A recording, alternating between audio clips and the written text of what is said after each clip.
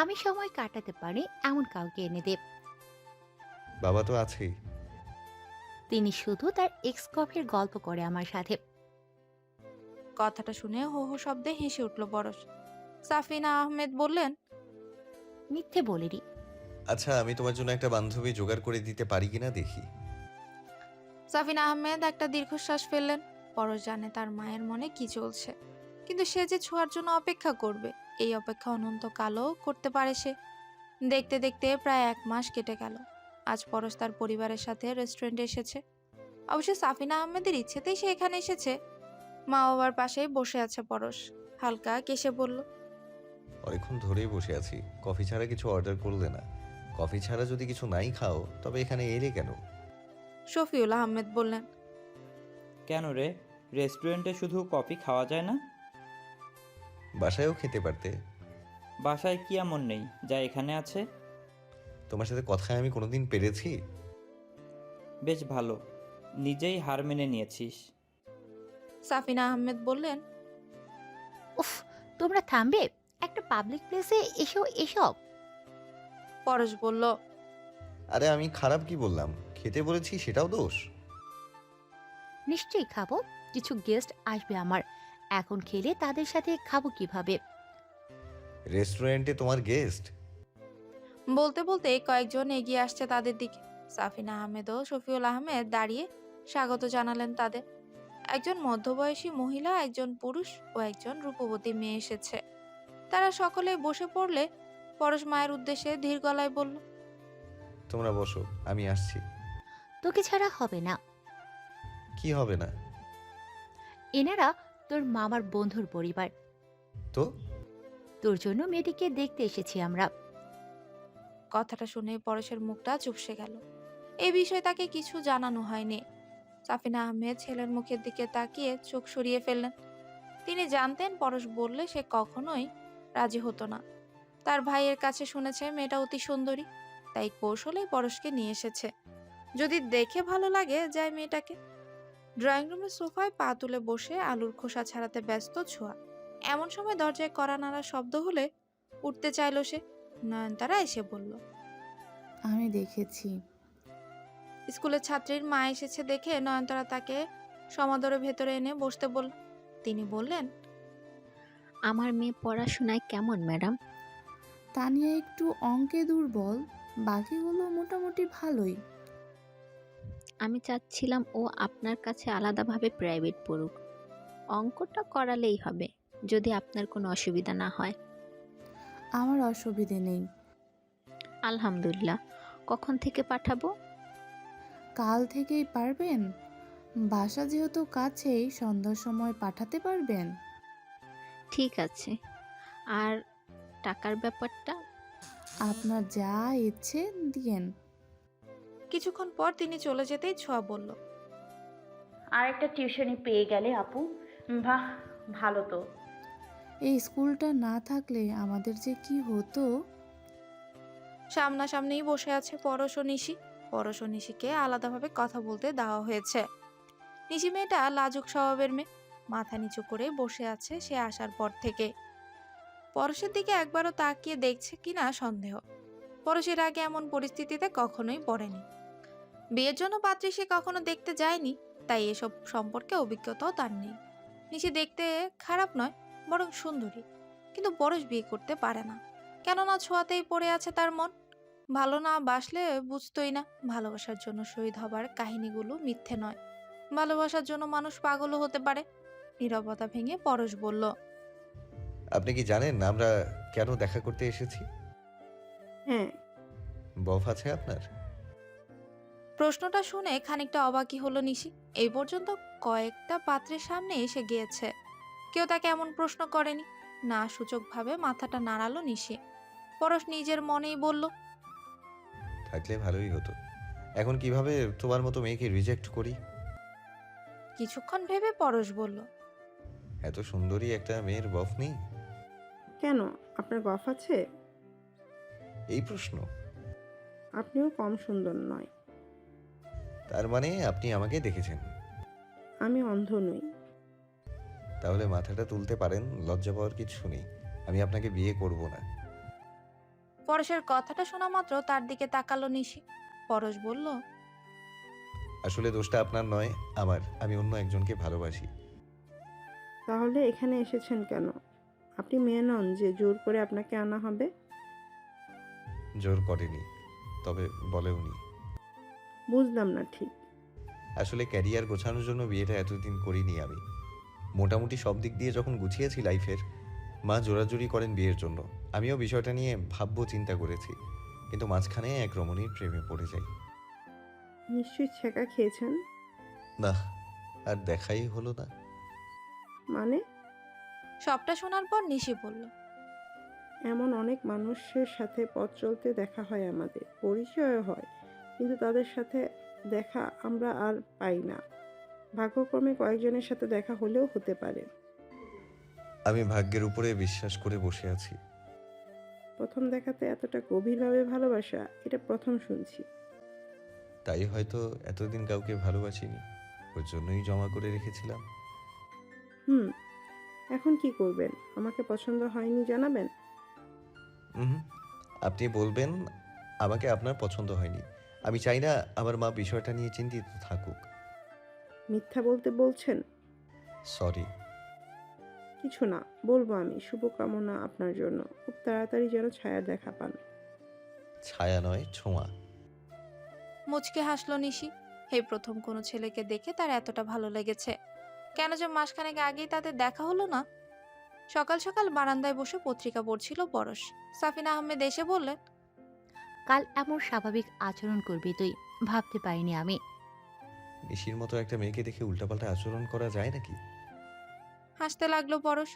সাফিনা আহমেদ খুশি হয়ে বললেন, তার মানে নিশিকে তোর ভালো লেগেছে? ভালো না লাগার কথা নয় মা। সত্যি বলছিস তুই? নিশি সুন্দরী, শিক্ষিতা, ভালো লাগার মতোই মেয়ে। আমি এক্ষুনি তোর মামাকে জানাচ্ছি। নিশির মত কি জিজ্ঞাসা করতে বলছি। অবশ্যই। সাফিনা আহমেদ খুশিতে গদগদ হয়ে চলে গেলেন ফোন করতে। পরশ ধীর স্বরে বলল, সরি মা, তোমাকে দুঃখ দিতে চাই না, তাই মিথ্যার আশ্রয় নিতে হলো। আমি বিয়েতে রাজি না বললে তুমি হয়তো আমায় জোর করতে, কারণ জানতে চাইতে। তার চেয়ে বরং ওদিক থেকেই না বলুক। কিন্তু পরশের মাথায় বাজ তখনই পড়ল যখন সে জানতে পারল নিশি এই প্রস্তাবে রাজি হয়েছে। নিশিকে সবটা বোঝানোর পরেও কেন সে রাজি হলো? পরশের মাথায় অসহ্য যন্ত্রণা হচ্ছে। মনে হচ্ছে মাথাটা এক্ষুনি ফেটে যাবে। নিশির মতো এমন বেহায়া মেয়ে সে আগে দেখেনি। কাল সবটা বলার পরেও কিভাবে নিশি রাজি হলো?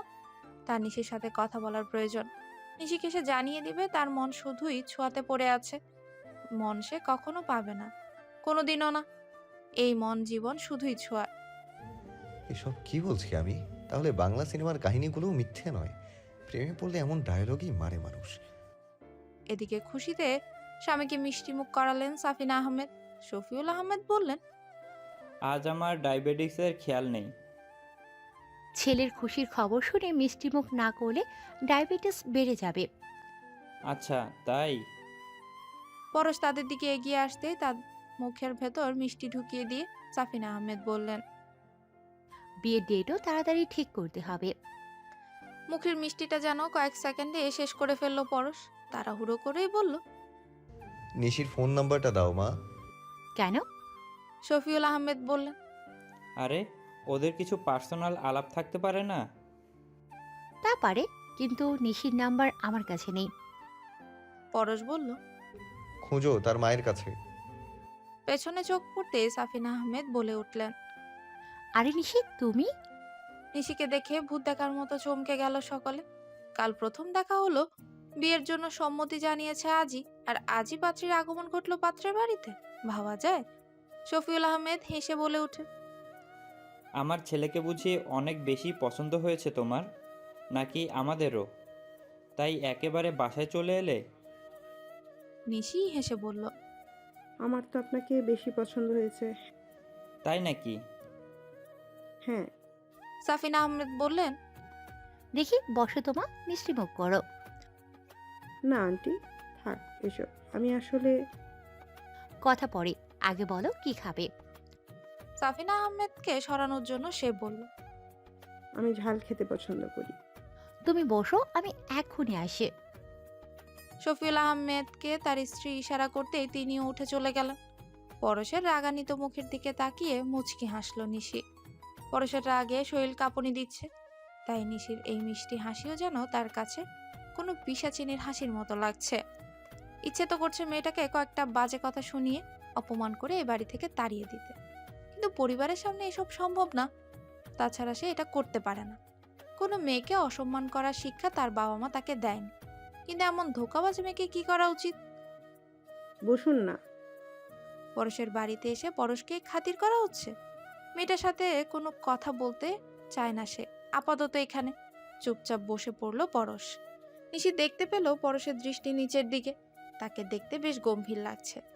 নিশি মৃদু হেসে বলল, আমার দিকে তাকান। ওভাবে গোমরা মুখে নিচের দিকে তাকানোর প্রয়োজন নেই। আমি আপনাকে বিয়ে করছি না।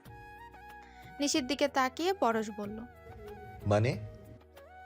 আসলে কাল বাসায় গিয়ে যখন জানালাম আপনাকে আমার পছন্দ হয়নি, আমার কথা কেউ পাত্তাই দিল না। মা বাবা এক প্রকার জোর জবরদস্তি করা শুরু করেছিল রাজি হবার জন্য। কেননা আপনি কোনো দিক থেকে খারাপ নন, ভালো পরিবারের ছেলে, সুদর্শন এবং সাইকিয়াট্রিস্ট। আমি তবুও বলেছি ভালো লাগেনি আমার। তারা আর কিছু বলেনি আমাকে, কিন্তু আজ আপনার মায়ের ফোন পেয়ে যখন জানতে পারলো আপনি এই বিয়েতে রাজি, তখনই তারা আমায় কিছু জিজ্ঞাসা না করে জানিয়েছে এসব। তারা দ্রুত এঙ্গেজমেন্টের তারিখও ঠিক করতে চলেছিল। মা বাবাকে কিছু বলে বোঝানো যাবে না, আমি জানি। আপনার বাসার ঠিকানা আগে শুনেছিলাম, এই ঠিকানা আমার চিনতে অসুবিধা হবে না জানতাম, তাই দেরি হবার আগে সোজা চলে এসেছি এখানে, না হলে আপনি আমায় ভুল বুঝতেন। নিশির সব কথা শুনে নিজের উপরেই রাগ হতে লাগলো পরশের। নিশি সম্পর্কে কত খারাপ কথাই না সে ভেবেছে। নিশি শান্ত স্বরে বলল, এখন কি করব? দেখুন, বিয়েটা করা আমার পক্ষে কোনোভাবেই সম্ভব নয়। আপনার মা বাবার কাছে আমি ছোট হতে পারি না, আর আমার রিলেশন আছে মনে করেছে অলরেডি। সুন্দরীদের বফ থাকে না, এটা তাদের মা বাবাও বিশ্বাস করতে চায় না। মনে হচ্ছে পাম্প দিচ্ছেন। ঠোঁট জোড়া প্রশস্ত করে পরশ বলল। Please help me. এরই মাঝে নুডলস নিয়ে হাজির হলেন সাফিনা আহমেদ। তিনি বললেন, নাও মা, খাও। আচমকা নিশি শব্দ করে কেঁদে উঠল। তার কান্নার শব্দ পেয়ে ভেতর থেকে শফিউল আহমেদও চলে এলেন। পরশের দিকে তারা তাকাতেই সে বলল, আমি কিছু করিনি। সাফিনা আহমেদ বললেন, কি হয়েছে তোমার, আমাদের বলো।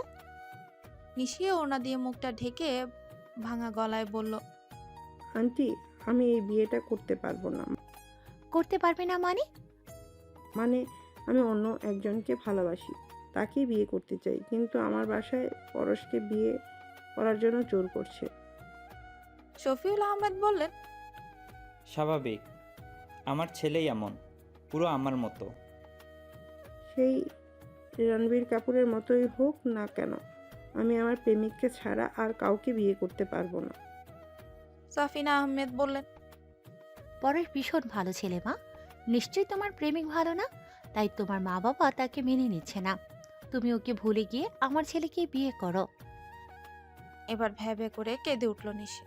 শফিউল আহমেদ বললেন, করতে হবে না, দুষ্টুমি করেছে। তুমি তোমার প্রেমিক নিয়েই থাকো, তোমার বাবার সাথে কথা বলবো আমি। প্লিজ তাদের বলবেন না আমি এখানে এসেছি।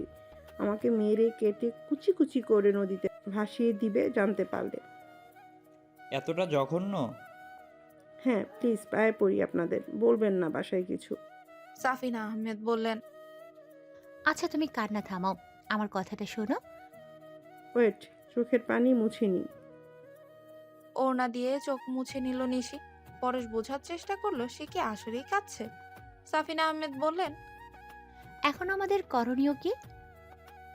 আপনারা কোনো একটা বাহানা দিয়ে এসব আটকান, আমি ওকে না পেলে বিষ খাবো।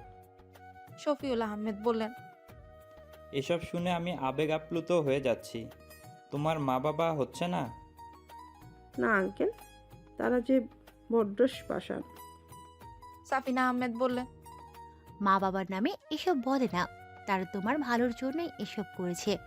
আমি না হয় নিষেধ করব, এরপরে কি অন্য কোনো প্রস্তাব তোমার জন্য আসবে না? সবার কাছেই এভাবে যেতে থাকবো যতক্ষণ না ওর সাথে আমাকে বিয়েটা দেয়। শফিউল আহমেদ একগাল হেসে বললেন। ভালোবাসা জিন্দাবাদ। কটমট করে তার দিকে সাফিনা আহমেদ তাকাতেই নিশ্চুপ হয়ে গেলেন তিনি। সাফিনা আহমেদ শান্ত স্বরে বললেন, ঠিক আছে, আমি বলবো তোমাকে আমার স্বামীর পছন্দ হয়নি। তার বড়ির মেয়েকেই পছন্দ তার। হবু শ্বশুরের পছন্দ না হলে বিয়ের পরে অনেক ঝামেলা হতে পারে। মন্দ না আইডিয়ার। পরেশের উদ্দেশ্যে তিনি বললেন। যা পরশ, ওকে বাড়ি পৌঁছে দে। তাদেরকে থামিয়ে শফিউল আহমেদ বললেন, সত্যি কিন্তু এটাই, তোমাকে ছেলের বউ হিসেবে আমার বেশ পছন্দ হয়েছিল। সুখে থেকো। কোনো কথা না বলে মুখের কোণায় হাসি ফুটিয়ে বেরিয়ে গেল নিশি। বাড়ির বাইরে আসতে পরশ বলল, দুঃখিত এবং ধন্যবাদ। ধন্যবাদের কারণ বুঝেছি, দুঃখিত কেন? ভুল বুঝেছিলাম আপনাকে। ব্যাপার না। আপনি কি সত্যি কেঁদেছেন? আপনাকে না পাওয়ার সুখে মোটেও না। তা নয়, তবে এসব অভিনয় ছিল বোঝাই যাচ্ছিল না। অভিনয় বলেই তো মুখের উপরে ওড়না দিয়ে ভ্যাঁ ভ্যাঁ শব্দ করতে হয়েছে। চোখ দিয়ে পানি না পড়লে কান্না হবে কি করে? চোখ মুখ ঢেকে শব্দ করলেও কান্না হয় আপনার থেকে শিখে নিলাম। এসব ছাড়ুন। আপনারা ছোঁয়ার বিয়েতে আমাকে দাওয়াত দিতে ভুলবেন না। অবশ্যই, আপনারও আপনার প্রেমিকের সাথে বিয়ে হলে। ওই হ্যালো, আমার প্রেমিক নেই। মুচকি হেসে পরেশ বলল, চলুন বাড়িতে পৌঁছে দিই আপনাকে। চুলোয় মাত্রই রান্না বসিয়েছে ছোঁয়া। হঠাৎই শুনতে পেল তার মায়ের গলার আওয়াজ। কারোর সাথে কথা বলছেন তিনি। এই সময় কে এলো দেখার জন্য ড্রয়িং রুমে গেল সে। নয়নতারা সোফার উপরে গম্ভীর হয়ে বসে রয়েছে, আর মা জিজ্ঞাসা করেই চলেছে, কিছু কি হয়েছে বলো না মা, এমন দেখাচ্ছে কেন তোকে? হতাশ কণ্ঠে নয়নতারা বলল, একটা খারাপ খবর আছে মা। কি খারাপ খবর? ক্ষীণস্বরে নয়নতারা মায়ের দিকে তাকিয়ে বলল, আমাদের স্কুলটা ভাঙা হবে। মানে? জায়গাটা বিক্রি করা হচ্ছে, ওখানে নাকি দোকান হবে। মেঝেতে ধপাস করে বসে পড়লেন আফিয়া জান্নাত। বাকরুদ্ধ হয়ে বসে আছেন তিনি। নিঃশব্দে চোখের পানি ফেলছে নয়নতারা। নিজেকে স্বাভাবিক করে ছোঁয়া বলল, অন্য কোনো ব্যবস্থা নিশ্চয়ই হয়ে যাবে আপু, তুমি ভেঙে পড়ো না। আমি যাই, চুলোয় রান্না বসিয়েছিলাম। আকাশের রং নীল, কিন্তু আজ আকাশটাকে পরশের কাছে অনেক বেশি নীল মনে হচ্ছে।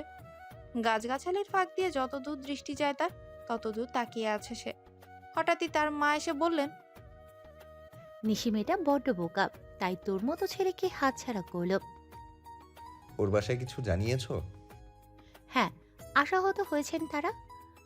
হুম। বিকেলে তৈরি হয়ে থাকিস। কেন? নিশির চেয়েও সুন্দরী মেয়ে ছেলের বউ করে আনতে হবে না?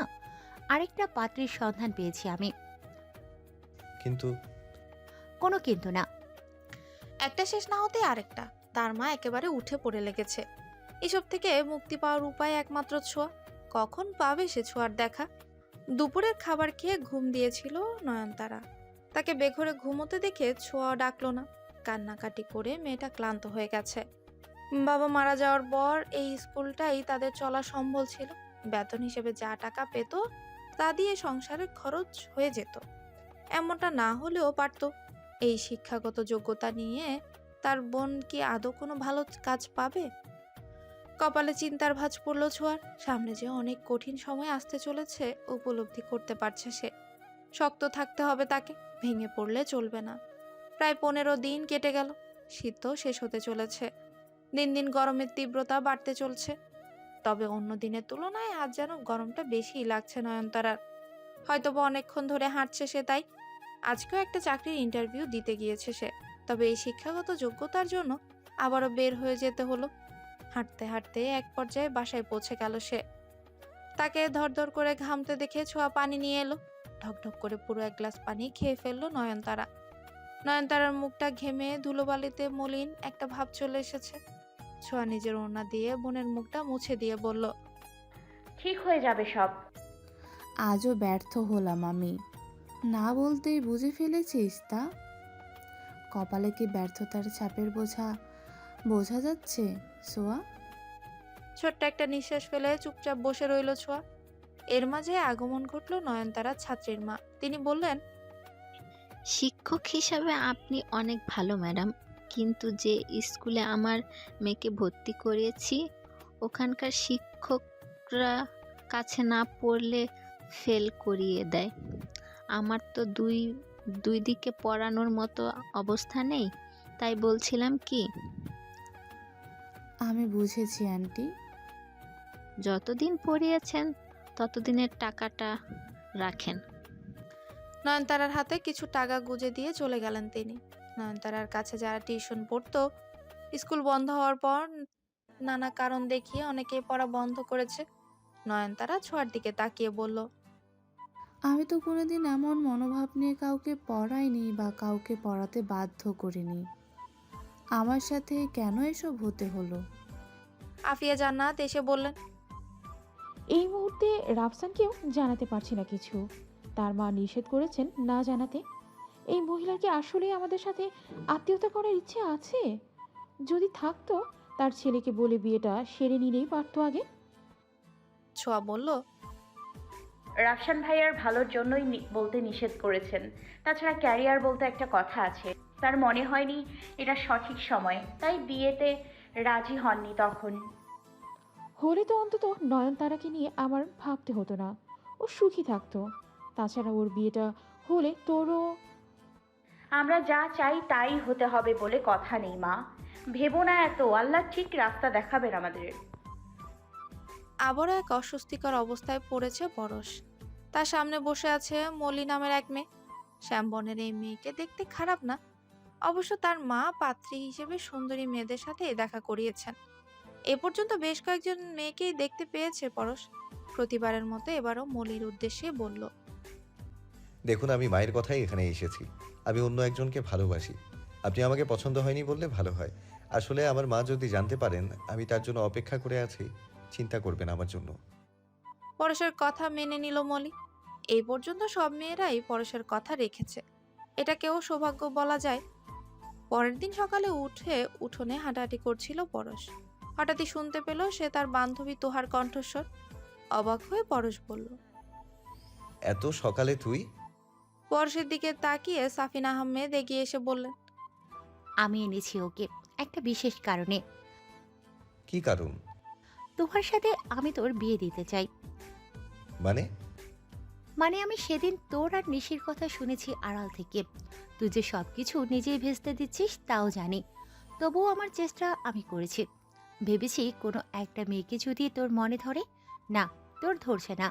কার জন্য এমন করছিস তুই এটা জানার জন্য তোহার কাছে গিয়েছি। আমি জানতাম ও সব জানবে। অনেক অনুরোধের পর সবটা বলল ও। এটা কেমন ভালোবাসা পরশ? কোনোদিন মেয়েটিকে দেখবি কিনা সন্দেহ, আর তার জন্যই অপেক্ষা।